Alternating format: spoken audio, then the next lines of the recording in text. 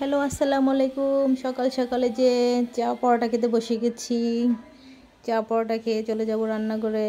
সবাই তো বলছেন ইলিশের দাম কমে গেছে, এটা ফেসবুকে বলছে, বাস্তবে কমে নাই। এই যে চলে আসলাম রান্নাঘরে, দেখছেন ইলিশ কত টাকা দিয়ে আনছে জানি না, আমার হাজব্যান্ড আমাকে বলে নাই, বাট আমি রান্না করব। অনেক দিন বলছে সর্ষে ইলিশ রান্না করে নেই, একটু করে দাও। হাজব্যান্ডের অনুরোধে আজকে সর্ষে ইলিশ করতে আসলাম। এই যে এর সাথে করব আলু দিয়ে তিতা করলা ভাজি, তারপর ডাঁটা শাক ডাল দিয়ে রান্না করব। সব রেডি করে নিছি আমি, দেখেন কাটাকুটা করে নিছি। এই যে ডাঁটা শাকটা কেটে নিলাম, করার পর এখন চুলায় চলে যাব। আগে প্রথমে ভাজিটা বসিয়ে দেবে, যে তিতা করলা আলু দিয়ে ভাজিটা বসিয়ে দিছি। তারপর দিছি ডাল শাক রান্না করব।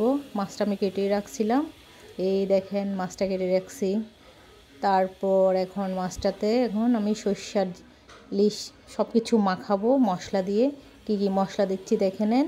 এখানে দিছি আদা রসুন পেস্ট, সরিষা বাটা, লবণ, হলুদ, জিরা, তারপর ধনিয়ার গুঁড়া, পেঁয়াজ, কাঁচামরিচ, টমেটো, এগুলো দিয়ে আমি মেখে ফেলবো। আমার একটা ভুল হয়ে গেছে, মশলাগুলো আগে মেখে মাছটা দেওয়া উচিত ছিল, বাট আমি মাছের উপর দেওয়াতে আমার একটু কষ্ট হয়ে গেছে মশলাটা মাখাতে।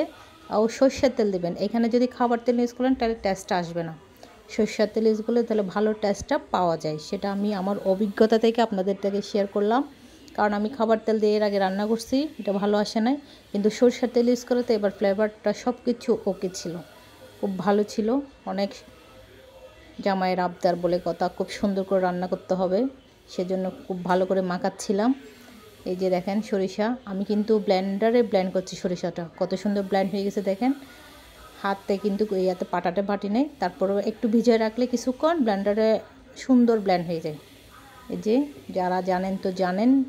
এই যে এটা মাখায় রাখলাম, মাখায় রেখে এদিকে শাকটা রান্না করে ফেলবো, ভাজিটা হয়ে যাবে, তারপর আমি ওটা বসাবো, সরিষা ইলিশটা বসাবো। এই যে ভাজিটা কমপ্লিট, শাকটাও হয়ে গেছে আমার। এখন সরিষা ইলিশটা বসা দিব।